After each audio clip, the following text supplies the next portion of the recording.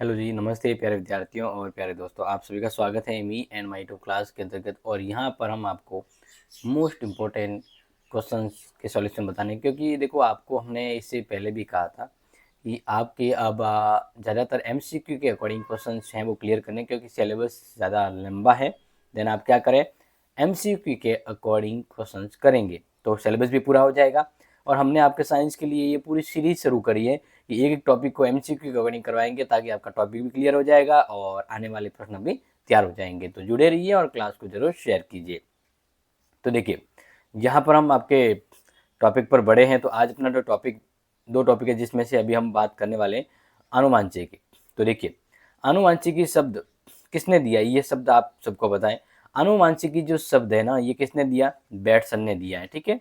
और इसी प्रकार से मेंडल के नियमों के पुनः खोजकर्ता मेंडलवाद के अंतर्गत कौन आते हैं, तो तीनों है, एरिक शेरमेक, ह्यूगो डिब्रीज और कॉल कॉरेंज। ये तीनों मिलकर मेंडल के नियमों की पुनः खोज करते हैं, जिसे मेंडलवाद भी कहा जाता है। क्लियर। तो राइट आंसर हो गया उपयुक्त सभी। प्रभावी लक्षण प्रकट होते हैं, प्रभावी लक्षण प्रकट होते हैं, इसका क्या आंसर सही रहेगा कि प्रभावी लक्षण प्रकट होते हैं, प्रभावी लक्षण प्रकट होते हैं, इसका क्या आंसर यहाँ पर रहेगा। तो देखिए, ध्यान रखना, क्योंकि यहाँ पर ये जो प्रश्न इंपॉर्टेंट आपको करवाए जा रहे हैं, इसी इंपॉर्टेंट प्रश्न में से हो सकता है कि आपके एग्जाम में भी आए। तो थर्ड जो है उसमें ध्यान रखना कि प्रभावी लक्षण है ना, वो सम युग्मजी और विषम युग्मजी दोनों में होते हैं। क्लियर। फिर है एक संकरण मेंडल के किस नियम पर आधारित है, एक संकर वाला जो है, तो यहाँ ध्यान रखना प्रभावकता का नियम। टोटल 3 नियम दिए थे ना, ये तीनों नियम है, प्रभावकता, पृथक्करण और स्वतंत्र अपव्ययों का, तो इसमें फर्स्ट रहेगा। फिर एक संकर में F2PD प्राप्त संतति के लक्षण प्रारूप फिनोटाइप क्यों होंगे, इसका फिनोटाइप क्या होगा, F2PD में जो फिनोटाइप होता है इसका वो क्या होगा। तो पांचवे का आंसर ध्यान रखना, अगर आपके 10th के अंदर पढ़ा हो तो ये टॉपिक बहुत इजी था, देन आपको पता होगा 3:1। देखिए, निम्नलिखित में से प्रभाविकता के नियम का अपवाद नहीं है, यानी प्रभाविकता का नियम है वो सेम बिल्कुल उसी के अकॉर्डिंग, लेकिन बाकी सब अपवाद की तरह कौन है जो अपवाद नहीं है। तो ध्यान रखना 6 नंबर यहाँ पर जो है ब्लैक रोज है ना, वो अपवाद नहीं, बाकी स्ट्रेप्टोकोकस, मिलालिस, जलाशय, गुल, आभास, ये अपवाद की श्रेणी में आते हैं। देखिए, नेक्स्ट है अनुमांशिकी पदार्थ का विनियमन कब हुआ, अनुमांशिकी पदार्थ का विनियमन कब हुआ, इस प्रश्न का उत्तर आप में से क्या कौन देगा, बताइए इसका आंसर क्या होगा। क्योंकि आप सभी को एक एक इम्पोर्टेंट क्वेश्चंस का मतलब मोस्ट ऑफ तो आपको पता होगा, मोस्ट ऑफ तो आपको क्वेश्चंस के आंसर पता होंगे। तो फिर भी हम प्रयास करते हैं कि आपको ज़्यादा से ज़्यादा प्रश्न हैं वो याद रहें, ताकि आप ज़्यादा से ज़्यादा एग्जाम के लिए तैयारी कर सकें। तो देखिए, यहाँ पर हम बात करते हैं आपके लिए जो इम्पोर्टेंट है उस पर ध्यान देंगे। तो देखिए, नेक्स्ट जो इम्पोर्टेंट है 7 नंबर, अनुवांशिक पदार्थ का विनियमन कब हुआ, अनुवांशिक पदार्थ का विनियमन कब हुआ। तो इस प्रश्न का उत्तर आपके पास क्या है, एक बार तो पहले मुझे ये बताइए कि क्या आपको इन प्रश्न का उत्तर याद है या नहीं, याद है या नहीं। तो देखिए, यहाँ पर हम आपको यही बताने की कोशिश कर रहे हैं। तो देखिए, अनुवांशिकी पदार्थ का विनियमन कब हुआ, कब होता है, तो ध्यान रखना जब लैंगिक प्रजनन होता है, लैंगिक जनन होता है तब। क्लियर। नेक्स्ट नेक्स्ट क्वेश्चन की ओर आ जाते हैं। द्विसंकरण मेडल के किस नियम पर आधारित है, द्विसंकरण मेडल के किस नियम पर आधारित है। तो नोट कर लीजिएगा प्यारे विद्यार्थियों, क्योंकि ऐसे प्रश्न आ जाते हैं एग्जाम में, सीधे टपक जाते हैं। और ये ध्यान रखना, मेडल के 3 नियम है, तीनों में से स्वतंत्र अपव्यय का नियम है वो करेक्ट है। ठीक है, आगे बात करते हैं मेंडल के नियमों पर। 9 नंबर जो क्वेश्चन है उस पर फोकस करते आपके एग्जाम के लिए। तो देखिए, यहाँ पर 9 नंबर जो क्वेश्चन है वो आपके लिए यहाँ पर जो इम्पोर्टेंट है उसी पर हम ज़्यादा गौर करेंगे, ताकि आपके वही राइट आंसर हो पाए। तो ध्यान दीजिए। देखिए, द्विसंकरण, द्विसंकरण के बारे में यहाँ पर हम पढ़ रहे हैं। तो द्विसंकरण संकरण के अंतर्गत किस प्रकार के बीजों से उत्पन्न पौधों का चुनाव किया जाता है, गोल, गीला, पीला, गोल, हरा, जुड़ीदार या पीला, यानी इसके लक्षण की अगर हम बात करें तो 9 नंबर क्वेश्चन में ध्यान रखना कि द्विसंकरण के अंतर्गत गोल और पीले मटर के ये पौधों की तरह प्रयोग होते हैं। ये प्रश्न एग्जाम में काफी बार आया हुआ है कि डी संकरण में F2PD में प्राप्त पौधों का जीनोटाइप क्या है। यस, ये प्रश्न काफी बार आया है, तो ध्यान रखना 9:3:1, 9 यानी 9:3:3:1। फिर है संलग्नता को समझाने के लिए मॉर्गन ने कौन सा चयन किया था, तो ध्यान रखना फल मक्खी का। किसका उपयोग किया था? फल मक्खी का। आगे देखिए क्वेश्चन नंबर 12 पे ध्यान दीजिए। मानव में गुणसूत्रों के युग्म की संख्या कितनी है? मानव में लिंग गुणसूत्रों के युग्म की संख्या कितनी है? ये 12th वाला जो क्वेश्चन है उसका आंसर नोट कर लेना 1। क्या रहेगा? 1। क्लियर। चलो आगे बात करते हैं नेक्स्ट। मेंडल द्वारा आनुवांशिकी के प्रयोग हेतु किन पौधों को चुना गया? मेंडल द्वारा आनुवांशिकी के प्रयोग हेतु किन पौधों को चुना गया था? और आप सभी को इसका उत्तर पता है, मटर के पौधों को। किनको? मटर के पौधों को। आगे विज्ञान की वह शाखा जिसमें वंशागति और विविधता का अध्ययन किया जाता है। वंशागति और विविधता का अध्ययन किया जाता है तो वो है जेनेटिक्स। कौन सा है? जेनेटिक जो हम पढ़ रहे हैं। एक युग्म में जिसमें पिता से वंशानुगत किया गया एक एक्स गुणसूत्र है तो किस प्रकार का बच्चा जन्म लेगा? तो ध्यान रखना यहाँ पर B is the right answer रहेगा। देखो अब हम बात करते हैं, जैसे कि मैंने अभी आपको कहा था कि एक और टॉपिक हम साथ साथ में आज क्लियर करेंगे, और वो टॉपिक यहाँ पर जो मैं आपको बताने जा रहा हूँ वो ध्यान रखिए। यहाँ पर हम बात करने वाले कुपोषण से रिलेटेड। यस, कुपोषण से। तो ये भी अपने टॉपिक के लिए नहीं आया, इसको भी आज ही हम क्लियर करने वाले हैं। तो देखिए यहाँ पर आपके सामने अच्छे से समझना है इसको, ठीक है।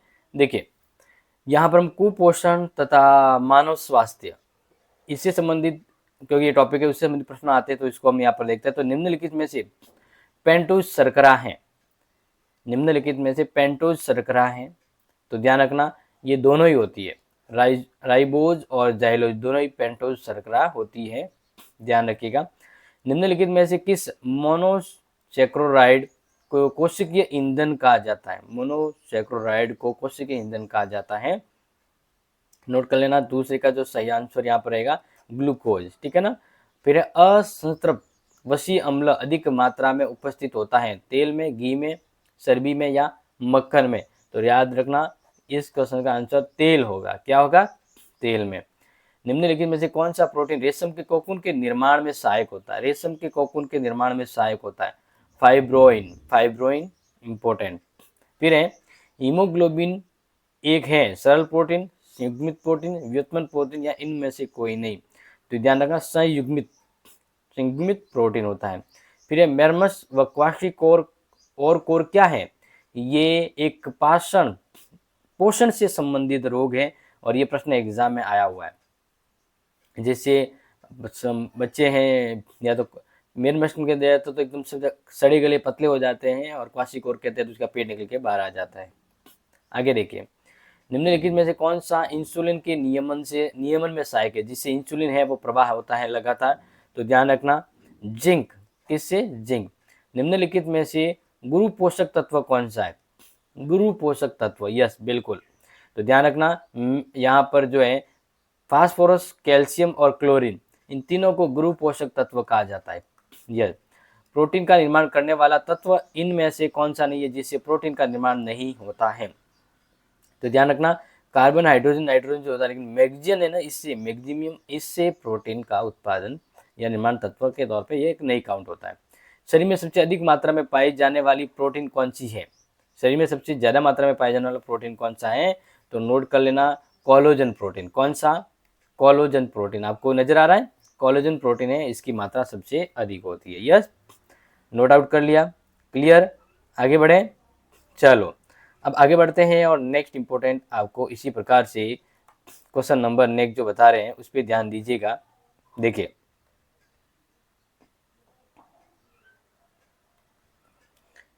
यहाँ पर आपके सामने जो इंपॉर्टेंट है उस पर ध्यान देंगे। तो देखिए अब बात कर रहे हैं आपके लिए सीधे सीधे इंपॉर्टेंट जो है उस पर हम फोकस करेंगे और क्वेश्चन नंबर 11 पे फोकस करते हैं। तो देखिए निम्नलिखित में से सही युग्म को चुनाव कीजिए, यानी यहाँ पर मिसप्रिंट ना हो 11th का। तो देखिए लैक्टोज या फिर सही पूछ रहा है ना, तो आपको सही सिलेक्ट करना है। तो सही है पेप्सिन। क्यों? क्योंकि पेप्सिन प्रोटीन का पाचन करता है, ये बिल्कुल सही है। किस विटामिन की कमी से बंधता का रोग उत्पन्न होता है? यह बहुत ही इंपॉर्टेंट है ये प्रश्न, तो 12th याद रखिएगा। विटामिन ई की वजह से बंधता का रोग होता है, very very important. Vitamin A की कमी से होने वाला रोग, यस, विटामिन ए की कमी से होने वाला जो रोग है वो याद रख लीजिएगा, क्योंकि ऐसे प्रश्न आ जाते हैं। जीरोप्लेप्मिया क्लियर? यस, लोह तत्व कमी से एनीमिया होता है, ये नोट कर लीजिएगा। किसी व्यक्ति को ऑस्टियोमेलिया नामक रोग उत्पन्न हो जाता है जब व्यक्ति में किस विटामिन की कमी होती है? विटामिन डी की कमी होती है, तब उसमें ऑस्टियोमेलिया यानी हड्डी से संबंधित एक कमजोरी का रोग होता है। किस व्यक्ति के द्वारा लंबे समय से अल्कोहल का सेवन करने के कारण शरीर में कौन सा विटामिन की कमी हो जाती है? ज़्यादा टाइम अल्कोहल लेने से कौन सी कमी होती है विटामिन की? Vitamin B1। ठीक है। नेक्स्ट, श्वसन के दौरान कौन सा विटामिन को एंजाइम ए के रूप में कार्य करता है? 60 नंबर क्वेश्चन नोट कर लीजिएगा। B5 vitamin. विटामिन सी सर्वाधिक मात्रा में उपस्थित होता है, यस, विटामिन सी सर्वाधिक मात्रा में इनमें से, देखो विटामिन सी खट्टे के रूप में होता है, लेकिन इनमें से किस में सबसे ज्यादा विटामिन होता है? 17वें क्वेश्चन का आंसर, तो आंवला जो होता है ना, उसमें विटामिन सबसे ज्यादा मात्रा में उपस्थित होता है। आगे देखिए, नेक्स्ट यहाँ पर जो आपको इंपॉर्टेंट बता रहा हूँ उस पर ध्यान दीजिएगा, ठीक है, क्योंकि प्रश्न शानदार है और हम चाहते हैं इतने शानदार प्रश्नों को आप अच्छे से लर्न कर लीजिए तो नंबर बहुत अच्छे आ सकते हैं। तो देखिए, नेक्स्ट है कि निम्नलिखित में से किस वैज्ञानिक ने प्रोटीन नाम प्रस्तुत किया था? प्रोटीन का नाम प्रस्तुत किया था, तो नोट कर लेना, बीजिलियस। किसने? बीजिलियस ने। फिर स्टेरॉइड और ट्रोपिन्स किस प्रकार की वसा हैं? बिल्कुल, स्टेरॉइड आपको पता ना, स्टेरॉइड लेते हैं, तो बिल्कुल वही बात है। तो नोट करते हैं यहाँ पर व्युत्पन्न वसा है। नेक्स्ट है विटामिन निम्नलिखित में से असुमेलित कौन सा है, जो मतलब मैच नहीं हो रहा है, वो कौन सा है? तो देखिए, विटामिन के कैल्विलॉन रासायनिक नाम सही है। फिर बात करते हैं विटामिन डी, ये गलत है, ये वाला यहाँ इसका आंसर ये रहेगा क्योंकि ये गलत है। बाकी विटामिन ई टेकोफेरोल उसका रासायनिक नाम है, और विटामिन ए रेटानॉल। ये प्रश्न मोस्ट इंपॉर्टेंट है, बहुत ही ज़्यादा इंपॉर्टेंट, क्योंकि ऐसे प्रश्न एग्जाम में आते हैं और आपको आइडेंटिफाई करना है। आपको आइडेंटिफाई करना, तो ध्यान रखना जितने भी विटामिन है उनके रासायनिक नाम आप याद कर लीजिएगा। ठीक है जी। तो थैंक यू सो मच। आज की इस क्लास में हमने 2 टॉपिक आपके लिए कवर करवाए साइंस के, बहुत easy and short and sweet में। ठीक है, इसी प्रकार के साइंस की अगली सीरीज में हम आपसे मिलेंगे। बस ये जो भी इंपॉर्टेंट टॉपिक वाइज जो इंपॉर्टेंट प्रश्न बता रहा हूँ इसको नोट कर दिया, देन जिंगा लाला, बहुत अच्छा होगा आपका ये पेपर। तो मिलते अगली क्लास में, तब तक के लिए थैंक यू सो मच। जय हिंद, जय भारत।